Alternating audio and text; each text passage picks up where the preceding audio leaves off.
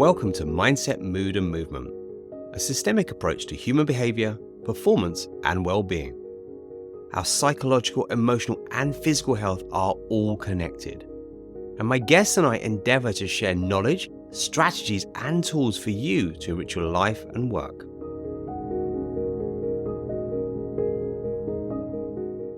Today I have Kevin Boyd with me, who's a financial coach. Kevin and I are going to tuck into the question, are your beliefs about money stopping you from creating wealth? So Kevin, welcome. Hi, Sal. Nice to be here. Good to have you. Kevin, considering your beliefs around money and how that might have stopped you creating wealth, when did you start looking at that from your perspective? Great question. It was about 16 years ago. I turned 40 and I was self-employed, and I kind of realized actually I had nothing saved for my future, for my retirement. And I started to get a bit worried about that. And I think the thing that became very clear to me was that I didn't really know anything about how to create wealth. I'd spent about 20 odd years being a computer programmer, so I knew a lot about computers. And I was often working for startups and entrepreneurs and people. And I realized that a lot of these people seemed to know a lot more about creating wealth than I did. And so I just got very curious, very much as a nerd that I am. So I thought, well, surely there's a manual somewhere that explains how to do this, because I was, being a programmer, I was always reading manuals. So I did that classic thing of going on Amazon, had a quick search, and there are hundreds and hundreds of books on wealth. And I thought, I can't believe I've never read any of these. So I started reading a few books and trying to understand what's the mindset around money, because I think that's what became very clear, was it isn't so much the wealthier people are somehow cleverer or they've got some kind of special skills. It's like they just understand the rules of the game. And it is a game. And if you understand the rules well, then you can start playing the game better, like all games in life. And I think that the big thing that was revealed to me was almost like a little bit of an algorithm. So I came from a working class background, and I'd been told basically get as well educated as possible, go to school, go to university, get good grades, and then you can get the best job possible. And then from there, you'll just spend the rest of your life exchanging your time for money. I mean, that was the formula that I'd been given. And that's called a job. That's what a job is. It's like basically turn up for 8 hours a day and we'll pay you whatever the market rate is for that. The problem with that is you can't scale it in any way, because there's always a market limit to how much they'll pay you per hour. So, and there's only 24 hours in the day. There's no way you can create any more hours in the day. So you've got that basic fundamental limitation on the job structure. And when I started reading a few books, some of the famous ones like Think and Grow Rich, Rich Dad, Poor Dad, these are great books that sort of go into the real basic principles. And what they pointed out was what wealthy people do is they kind of flip the formula around. So what they try and do is they use other people's time and other people's money. And the advantage of that is that it's scalable, because there's almost an infinite amount of time and other people out there to work. So when you start applying that formula, say, well, how can I orientate myself in life that I can leverage other people's time and other people's money instead of just my own? And so at that time, I got very interested in property investing. So we're talking about 2006, 2007, property prices were crazy in London. It was like going through the roof.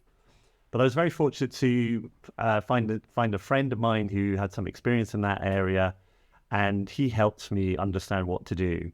And then I just basically started to apply the formula, which was like, okay, other people's money, go to the bank, borrow some of the money. That from there, all I had to do was put down 15%, and the bank lent me 85%. So that's other people's money. And then other people's time, rented out the property, the tenants moved in, and I was basically using their time to go to work every day and pay my mortgage, and there'd be a little bit left over. So that was a scalable model. And so you could do that again and again and again. And that's what I did. So it was a real kind of nerdy approach to it. It was like, oh, let's find the algorithm and then let's implement it, test it, and correct as you need to go. Basically debug the program. And I have to say, 16 years on from that early experience, that model is still working for me. I still have those properties. They're still generating income. I'm still using other people's time and other people's money. So what it showed to me was that it is mindset that is the biggest indicator of how wealthy you're going to be. It's not like, what's the state of the economy? Is the political system fair or unfair towards me? Like, all those things are true, but it's like how you play the game. That's really what will have the biggest impact on your wealth. I really like the analogy of playing a game because, of course, playing a game, it has fun in it. And for some Yeah. people, money, of course, well, money is a medium, isn't it? There's a lot of ways to describe it, but money is, in many ways, as an abstraction. It's not even real. It's numbers, but it's a medium of exchange, if to simplify it. But what I see in a psychological perspective is that medium of exchange is often absolutely loaded with emotions and beliefs. And it's so interesting to hear your backstory, and mine was not dissimilar. It's kind of growing up in the UK in '80s and what have you, that you did best that you could at school, and if you were lucky, you got a good job and all that sort of stuff. And that becomes a cultural mindset, as in this is how the game is played. But as you rightly say, there's a lot of ways to play games, and the money game is a curious one because if we don't understand our beliefs around it, our emotions around it, whether we have shame or guilt or dislike for money or misunderstanding, I think is one of the biggest things, then with whatever strategy you're trying to apply, it's really difficult because you need to tackle that first. And that's one thing I see with some of the experiences I've had with coaching individuals and founders around the financial element of their business and how they think and feel about it. A big one I notice, and I want to get your thoughts on this, is about worth and self-worth. On some level, of course, if you have a company of some kind and you trade your skills, your services, or your products, you'll get some kind of remuneration, some revenue. Often, that whole thing around money for some of us can, whether it's personal or business, can be attached to worth, not we believe we're worth it or not. I'm curious, as you're experiencing this field, both for yourself and the people that you're working with, how do you deal with that area of a person's perhaps misunderstanding or the connections to worth, and how your algorithmic approach, your game playing approach could start to not break that down, but sort of shift that if it's become stuck? I think you're right. So much of it comes down to your belief. And it's basically like our movie script. I mean, we've written it throughout our life. And we're the hero in the movie, hopefully. We might be an anti-hero, but hopefully we're the hero. And we're very, very loyal to our script as well. That's the thing. Even if it's not serving us very well, we will defend it no matter what. So when part of the work I do with people is to really, first of all, excavate their values, get really clear on them. Because if you ask an average person what their values are, they'll list all the good ones, obviously, the ones they expect that you're going to say. So part of how I work is I do a lot of visualization so I can get into people's unconscious and reveal values that they might not even be aware of that they're honoring in their lives. And some of them will be very, very positive ones, like generosity, kindness, fairness. But often there's a few dark ones in there as well. Like you rightly point out, people often think that money is bad or evil. I think is it in the Bible there's over like 2,500 references to money in it. I mean, it's referred to a lot. I think even Jesus, I think about 40% of all of his sayings are about money as well. So it's definitely a subject that has troubled mankind for thousands of years. This is not a new issue. So you're right, very much look at one's beliefs. But I think people I know that have, say, a lot of wealth, the thing that really makes them stand out is that they're very productive. And I think in a purist kind of free market economy that none of us particularly live in, but let's take on the purest economic thing. People who are more productive tend to become wealthier. So would you look at the wealth as a bad thing, or would you look at the productivity? So let's take an Elon Musk, for example. It's like, okay, this man had lots and lots of money, but he's been incredibly productive. He's made all sorts of extraordinary things that we all want, need, and desire. So is that a bad thing? And then what he does with that money is he reinvests it to become even more productive. So we need people like that in our economy. It's that top 0.0001% who generates so much of the productivity and the wealth and the innovation that we need. So wealth at that level is, I know, often looked upon as a bad thing. Why do we need billionaires? I think is a refrain you hear a lot. It's like, well, most of those billionaires are investing that money in being productive. They're not just sitting on a giant pile of cash and laughing wickedly like a supervillain. So, and often they don't even have that money. It's all invested in businesses and assets and what have you. So I always have this little mantra, which is, if it's good enough for the very top people in society from a wealth point of view, then it's good enough for me. and it's good enough for my clients, and it's good enough for you. It's like, so again, it's understanding the rules of the game, understanding how you believe your role is in that world. So we all kind of have a money blueprint in a way. We all have a ceiling in our head, like if I was to earn over a certain amount of money, then after that, that's wrong. And it can be very interesting to find out what that number is for people. Some people, it might be more than £25,000 a year. Some people, it's 50,000, some it's 100,000. I think the mean average salary in the UK is about £34,000 now. You know, it's interesting to find out what your number is, because as you approach that number, you will start to take your foot off the accelerator.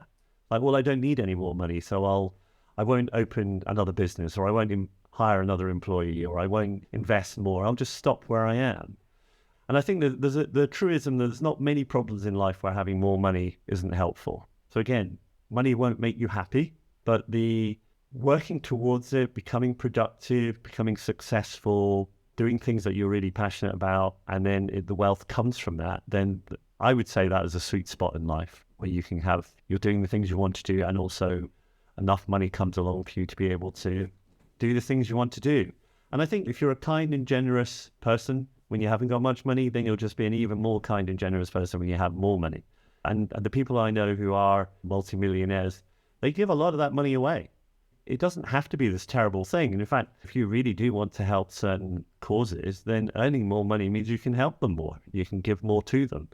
So I think that whole belief system around money is very, very important to sort of get into the weeds and reveal what's really driving people to not to be more wealthy.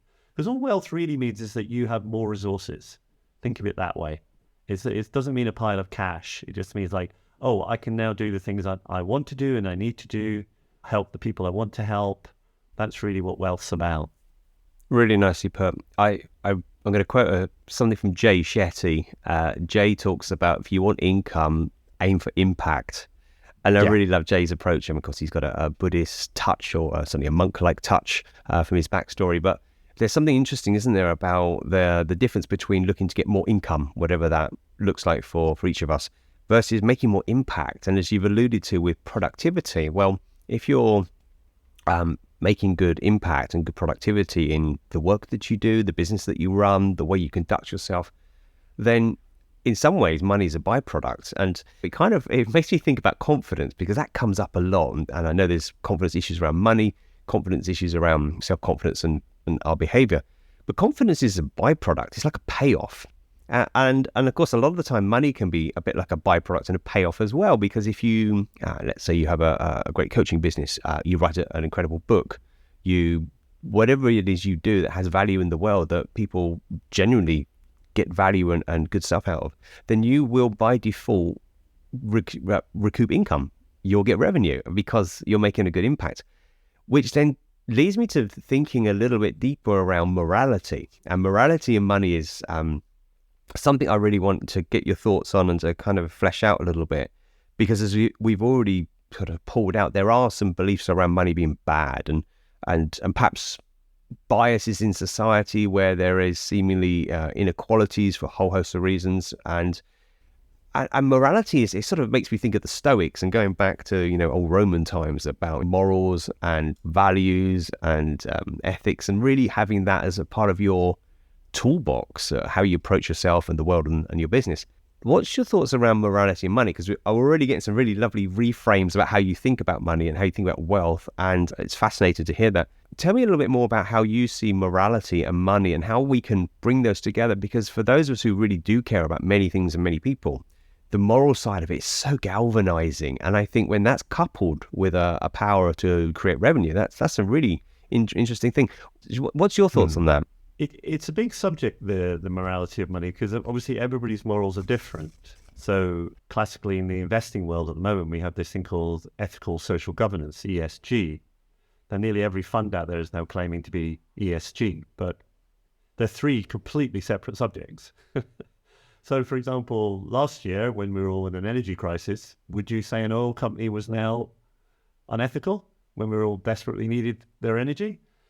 Would you say an arms company was unethical last year when you're a Ukrainian? He was like, no, I need these arms. So we all have a different set of morals. So I'm not saying one is more right than the other. So it's down to you to decide where you want to put your money. So I think one of the great things about creating more wealth is you can choose where that money goes.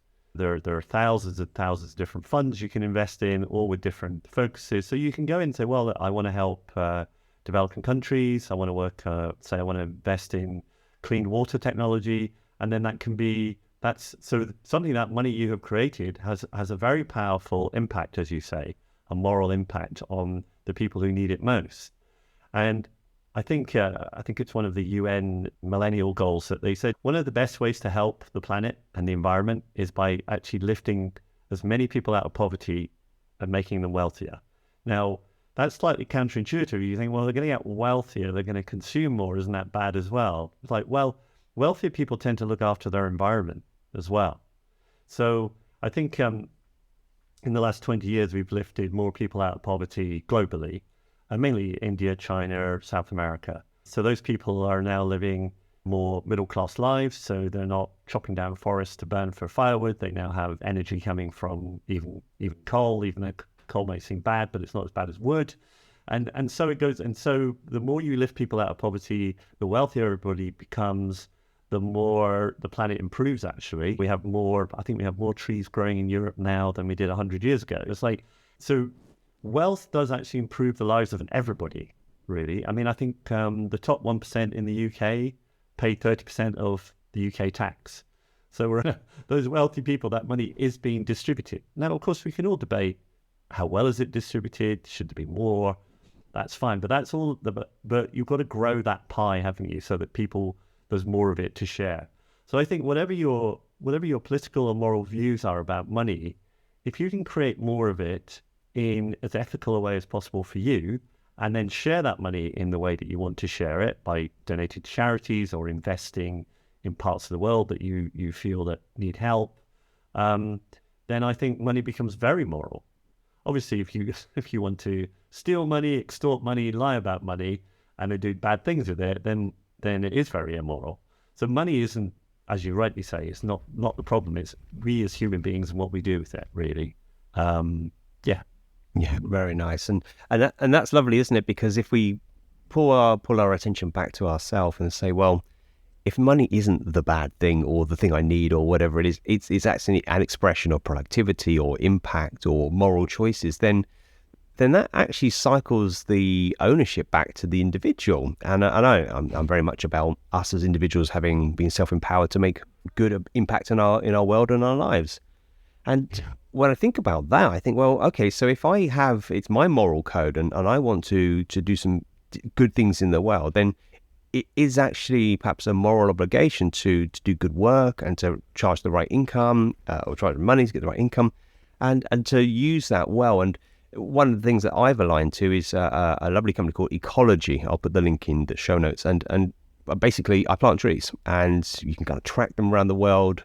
I like it because it's tangible. I know the carbon offset thing's got a bad rap and it's quite a complex issue, which I don't really have the competence to speak about. But I do know about real things like sticking a tree in the ground, a sapling. It's a real thing. It's measurable. And Ecology do seem to have a very measurable and honest and ethical company where they're planting a lot of trees. And it's small. Climate change is massive, and it's going to change so many things for all of us. But I think the interesting is, like, I'm putting some of my gross profit into that, and that feels good as one of the things I like to do. So it comes back to, I guess, our moral choices, our way that we are conducting ourselves is a big driver for how we see wealth and whether it's going to be created in a healthy way or perhaps, let's say, a not healthy way based on our own experience.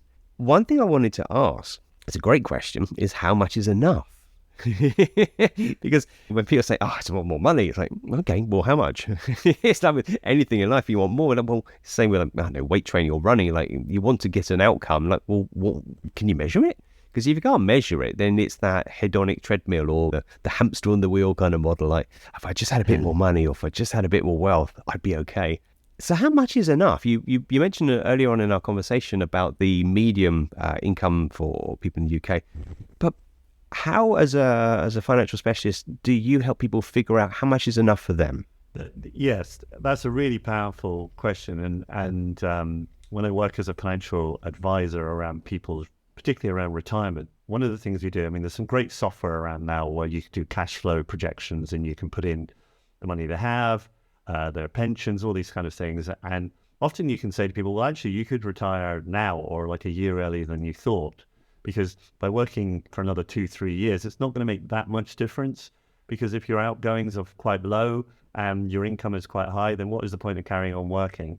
Or maybe working full time and maybe you can work less. So you're absolutely right. Working out what that number is for you. So often we come up with round numbers, don't we? Say, well, I need £1 million to retire, or I need 250,000. Well, maybe you don't. Maybe you only need 127,312, and that's enough to generate enough income for you to live off in the way you live now, and you can stop working and maybe go and do the things you want to do. So yes, it's a big thing, and we're all living a lot longer as well. I know people complaining about retirement age being raised on state pension, but that's actually a sign of a positive thing because we are all living longer. So unless you're French, of course, and then you might be having a riot. So yes, I mean, I think 25% of us will probably get to early 90s now. So we've got a long life ahead, and we don't want to be working, particularly in a job that we're not enjoying, any longer than we really need to. So it does come down to the individual thing, but it's one of the things I do. I go into people's budget, we work out exactly how much money they have, what they're spending, what their investments are, and then from that I can work out like, well, actually, you could retire at 63 instead of 67. So yes, it's a good question, because sometimes people say, well, I want more money. And I say, well, there you go, there's £1. So now you've got more money. So yes, it can often be very vague. It's like, well, how much is more for you? Is it another £10,000 a year, or an extra £500 a month? Or like drill down, get really specific about it. Because I think when a goal is fuzzy, it's very hard to achieve it. When you have clarity about what you're aiming at, then you've got a lot more chance of getting there. And I think noticing the opportunities to do that. Recently, I got a property in London and had a car parking space, and I never really thought much about it. And then one day there was a train strike and I had to book a parking space at Wick Airport. And I realized that you could rent out your car parking space and make money from it. So now that brings in an extra £150 a month for me. Now, it's not a huge amount of money, but that adds up over the years. That's going to be a few £1,000s every year, then £15,000 over 10 years. Like, I invest that, I put that in a pension, that grows. Suddenly so for a tiny sum of money, £150 a month, it can suddenly have quite an impact. Maybe I could retire a year earlier now. So it's about looking at things like that, like small acorns that you plant now. Like maybe you could rent a room out in your house. That brings in an extra £5,000-6,000 a year. What's that over 10 years? That's £50,000. That's a lot of money. So it's about getting very, very detailed on the small acorns to plant now, which will turn into that kind of oak tree that will provide for you in retirement.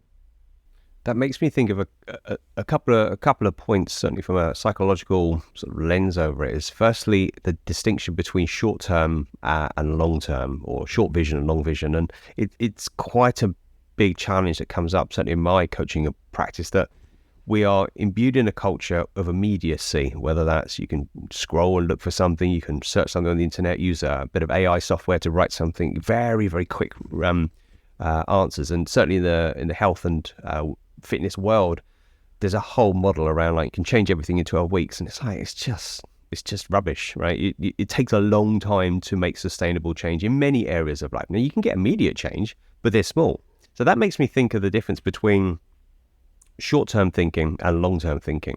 And with short-term thinking, there are of course things we need to do today. You might need to budget for this week or this month. You might need to pay for something, and that's fine. But if you don't apply long-term thinking, then you're going to be missing out on that, I guess, compound effect. Your £150 becoming £1,000, becoming £10,000.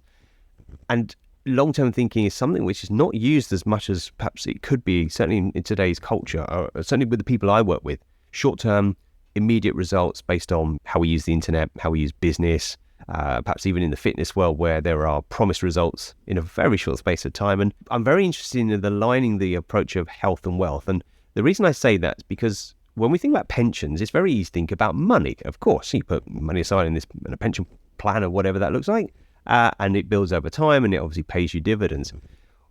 what I'm very interested in is aligning thinking around health pensions and wealth pensions, and how those two come together. Because if you are staying well every day, every week, every month, every year, and staying active in a good way for you, then that is also fundamentally lining up with your financial later life.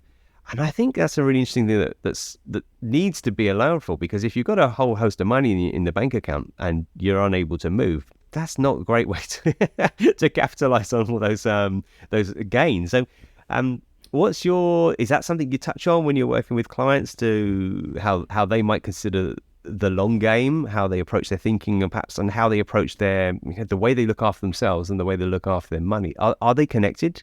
I think you make a good point there. There's no point putting all your money in a pension and then you're half killing yourself. And so by the time the pension comes to maturity, you're not going to be able to enjoy it. And I think the two are closely linked. Like, as you say, your health pension as well as your financial pension. Touching on your issue about the short-termism that we all suffer from. I mean, it's just a human thing. We've all got it. We would all like to have everything now. I think one of the great mechanisms about pensions, the thing that everybody complains about pensions, like, but I can't touch it now. Exactly. That's a feature, not a bug. You don't want to touch it now. You want to have that slow compounding interest that becomes the hockey stick after a while. That, you're putting your £100 away every month in your pension, and I mean, you look at it after a year and it's like, well, there's only £1,200 in there. But after 10 years, it's £12,000 plus all the compounding. So maybe it's £15,000-20,000. And that's what you need. You need a discipline where you put this money away. I always say, put an amount of money in your pension that you're not going to miss. That should be the bare minimum you do. If £100 a month, you wouldn't even notice it going out your bank account, then that's the amount to put away. If you put £500 a month in your pension, and every month you're looking at it going, oh, that hurts, I can't do the things I want to do, then you will stop putting that money in. So far better to put a very small amount in that you'll ignore and forget about, and it will grow and grow and grow over a long period of time. That's the right way to invest for the long term. Don't put in a crazy amount of money that's going to, within 6 months, you're going to stop it, because then you've achieved nothing really. So yes, I think it is one of the great things about pensions that it is that you can't touch it until, well, current legislation is about age 55, 56. So that's a good thing, especially if you start very young. I mean, if any young listeners here that have been forced to have a pension at work from the age of 21, I think it is now, isn't it? That's amazing. You're going to have 50 years of compounding. That's going to be incredible by the time you retire. So the power of compounding, the power of putting small amounts away that you won't notice. It's like you've got to distract that monkey brain of yours that just says, I want instant gratification now. It's like, yes, of course, we all need some of that, but we also need to put, a bit like a squirrel, we've got to put a few acorns away and just let it grow very slowly. And the other great thing with pensions is that the government gives you money on top. I mean, every £100 you put in, they'll put £25 on top straight away. You're already up 20%. Isn't that great? You've already won. And if you're a higher rate taxpayer, they'll put £50 on top, even better. So yes, I think pensions are a great mechanism, partly because you can't touch it until you're old enough to need it, and you get all this tax relief on top, and the power of compounding, as Einstein either famously or allegedly said, is the eighth wonder of the world. And it is. Compounding is incredible, but it does take time. It is like planting a seed for a sapling, as you were saying with the trees. It will take many years to grow into a magnificent tree. And it's the same with saving money for the future. And a pension is definitely the best way to do it. Yeah, really, really solid advice. It's a mindset view, isn't it, of just knowing that we do like the short term. We do think, oh, I'll buy this thing or take this holiday or whatever it is. And actually, it's knowing that that's very much the human mind. So it's catching yourself out. It's a little like, well, habit structures, habit forming. Certainly for when I do habit forming work, it's all about building something which is consistent, like you were saying about putting a certain amount away, and it can be repeated. And because it becomes a habit, it's really easy, because to make the effort, think, well, how much should I put away this month? I wonder. You think about it, it's really tricky, isn't it? So that's such solid advice about the amount you're not going to miss, and just go for the long term. I want to get your knowledge on assets. Assets is a term that means a thing. Depends on what we're talking about. Asset. I mean, a house is an asset. A business is an asset. In our modern world, intellectual property is an asset. Digital media is an asset. In terms of asset building, I know some of the people I work with, their assets are their business. And they build their business, and at some point they might look to sell. And what's your guidance on how to look at assets if that's an area that someone's going to be thinking, okay, well, I've got a bit of spare revenue. I want to do well. I want to follow these kind of guidance points. How can people think about assets, and which assets should we look at? Yes, I mean, it's a great question. Again, I mean, it's in the world of financial advising, there's one mantra, which is diversify. And the reason they say that is because nobody quite knows what is going to do well. In truth, with all of the high-paid guys in the city, if they're completely honest, nobody really knows. I think one thing that's become clearer and clearer over time is that solid physical assets always seem to weather the storm. So, for example, gold, for the last 5,000 years, it hasn't lost its value. It's gone up and down in value, but it hasn't lost its value. I think I read recently that a house in 1950 cost the same amount of gold as it does today. So even though the ticket price has gone up by how many times, 100 times or something, but the actual amount of gold it takes to buy that house is exactly the same. So that's an example of a very physical asset. Now, obviously, gold is great, but it has a few problems. One, it doesn't generate any income for you. It just sits there. It doesn't do anything. It can actually often cost you money to store it as well. So the other famous one, of course, is property. And property has continued to hold its value over many, many years. It will go up and down as it is at the moment. Property prices are dropping a little bit, but that's really just a correction because we had a very huge increase over the last couple of years. So it'll come back to its sort of mean average price, which is really what's going on at the moment. So it's not really losing any value. It's just correcting back to the steady growth that it has. And property tends to go up about at least by the rate of inflation and sometimes a bit more. So it's a good inflation hedge. So I think when looking at assets, you want to diversify as much as possible. So have some in property. Classically, always have 10% in gold if you can, or some kind of precious metal, gold, silver. Commodities, physical things that you can point at that are real, that the world needs. I mean, I think cryptocurrency has shown that over the last 10 years. I mean, it is just a bit of code running on a server. There's nothing physical there.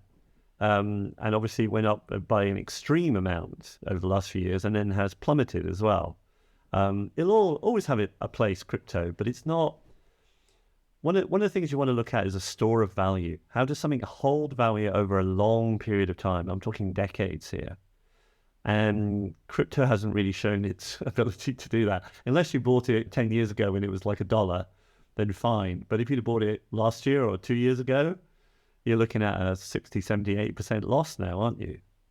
So that's one of the things. So good, old-fashioned, solid assets are still good. In times of crisis, people put their money in healthcare, utilities, energy. These are just things that everybody needs, and they always will. There's never going to go away. So when looking at investing, definitely invest in things that are permanent and solid. I think gold and property are two probably one of the best assets that you can hold long-term, we're talking here. But another thing about investing is, if you need that money within the next 5 years, then you shouldn't be investing.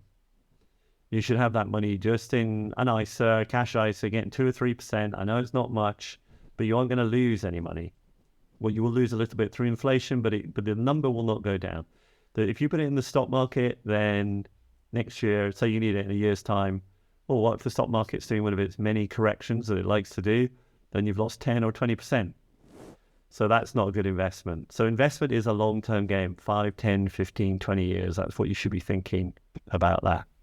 Yeah, that's it's lovely to hear that the real stuff matters and the long game matters, to simplify your very nice clarity and guidance there, because it's easy to get caught up in quick wins and think, oh, kind of crypto, you should do this, should do that, and possibly there's a place for it. But I guess a bit like cycling all the way back to your original statement about, well, it's all a game. So if you're playing crypto, you, like with all games, you might lose. So how much are you prepared to lose? And that's okay. So if you think, oh, I'll give it a shot, but I'm happy to lose £500, £5,000, whatever the number Yeah, is that's yeah. appropriate for us, I then would agree. It's what you call a speculative asset. So you put your speculative money in. Now, for most people, that's maybe 10%, 10 to 20% max. I wouldn't be going much above 20%. So it's like you're taking a punt. It might do well, but it might also lose all of it. Now, that's fine. If you've only lost 10 or 20% of your wealth, it's annoying, but it's not end of the game. Whereas having the bulk of your money, I mean, right now, the best place to have your money is in government bonds because they're paying like 4 or 5% and there's zero risk. Like the UK or the US government are going to pay that money out. There's almost no risk of that not happening. Well, if it did happen, then the whole economy, the whole global economy would fall apart. But, there is obviously some chance. Whereas crypto, yeah, it may well go up by 10% by next month, but it could also drop 20% the month after. And that's the problem. That's the problem you've got. So yes, I agree. It's by all means have a bit of fun with a few kind of crazy assets that some mate has told you about an amazing company and it's going to double overnight, then fine. Put a few £1,000s in if you want, but don't put all your money in. Yeah, very wise. I've got a friend who's got Banksy artwork, and that is a great asset because they're just worth so much in not just monetary terms because they're worth a lot, but in terms of like they're incredible pieces of work, and that's a whole other field. But again, it's a solid thing, isn't it? It's a tangible. That's a piece of artwork by a very highly rated artist, and that will stand the test of time. So I guess it sits alongside with something like gold or property because it's tangible, it's physical, and it's got longevity. So really interesting. Kevin, I want to bring this to kind of a summary for all our listeners to perhaps pull up everything you've said. Of course, there's probably notes being taken from the show, but if there is a few things, maybe one, two, perhaps even three key things that you'd say, this is what I recommend you either think, apply or do. What's your professional advice that we can use as some takeaways that we start already putting into practice now, thinking about now, and taking this stuff straight into practice? I think one of the key things I do with clients is that we look at their income and then we start putting them into sort of separate pots. So it's so easy to overspend because it all goes into your bank account and you've got transactions going all over the place and you're not clear, how much money you have. So like one pot we'll do is create a spending pot. So say you on average spend £300 a month just on going out, coffees, dinners, what have you. So we'll set up either a bank account or some more modern accounts like Starling allow you to have sub accounts, and we'll put the £300 in there. And that's all they can spend out of. And then when that's gone, it's gone. And they won't spend any more. And that way you kind of ring fence all these different areas. And then you can have another pot, which is obviously, say you're saving up to buy a new car. So we'll call that the new car pot. And they can put £200 a month in there.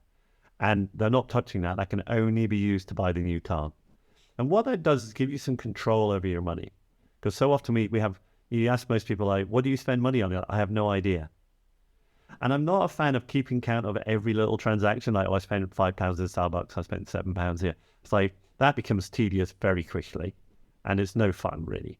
You've got to make these things fun. But if you say, well, on average, I spend £300 a month going out, then just put that in the fund for going out. So that helps you get some control of your money. And I think that's almost the first step, is like, control your spending. So the next thing I would look at is like, well, what is your money blueprint? What is your beliefs around money? Now, there's work I do with clients to help them get at that, but you could just write that down yourself or have a chat with a friend and say, well, what do you believe about money? What do I believe about money? And just sort of draw it out of yourself and write it down. And then you can look at that when you're thinking about money or investing or applying for a job that may pay more than you feel you're worth. It's like, oh, okay, what's coming up here? It's this belief again that I'm only worth a job that pays $30,000 a year. This one's $50,000 a year. I couldn't possibly do that. So that's another thing, getting really clear on what are your money beliefs. I think the other thing is I'm very keen on measuring wealth, not by the number, but by the freedoms it gives you.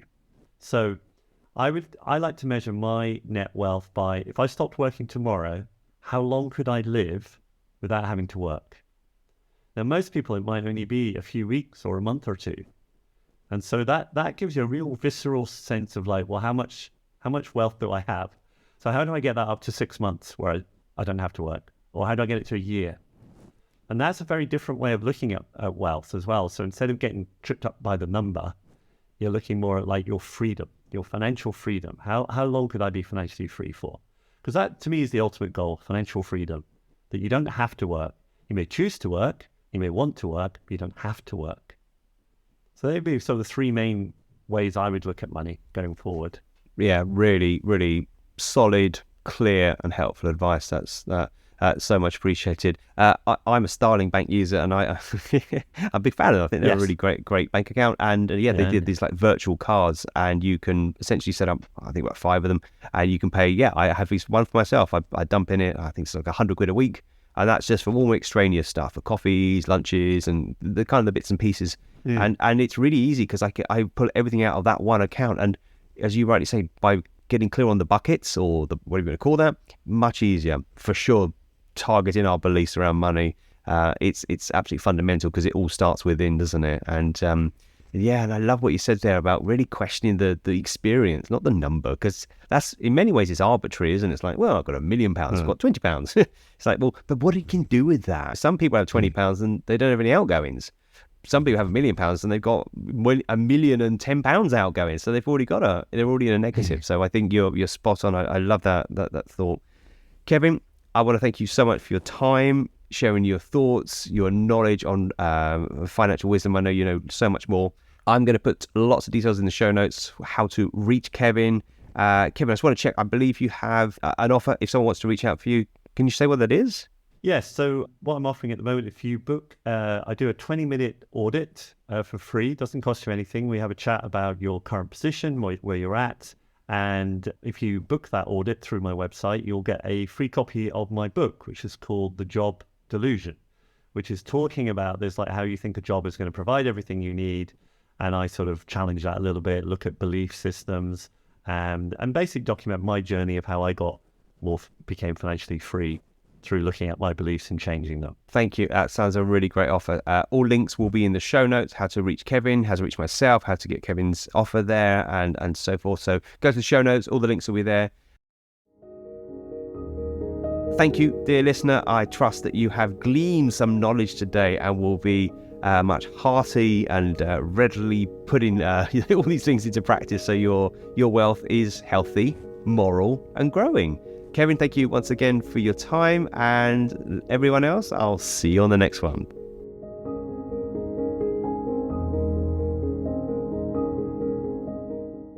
Thank you so much for listening. If you enjoyed the episode, please subscribe. And if a friend would benefit from hearing this, do send it on to them as well. If you would like to get in touch yourself, then you can go to my website, which is saljeffreys.com, spelled SALJEFFERIES, saljeffreys.com. Hit the Get in Touch link, and there you can send me a direct message.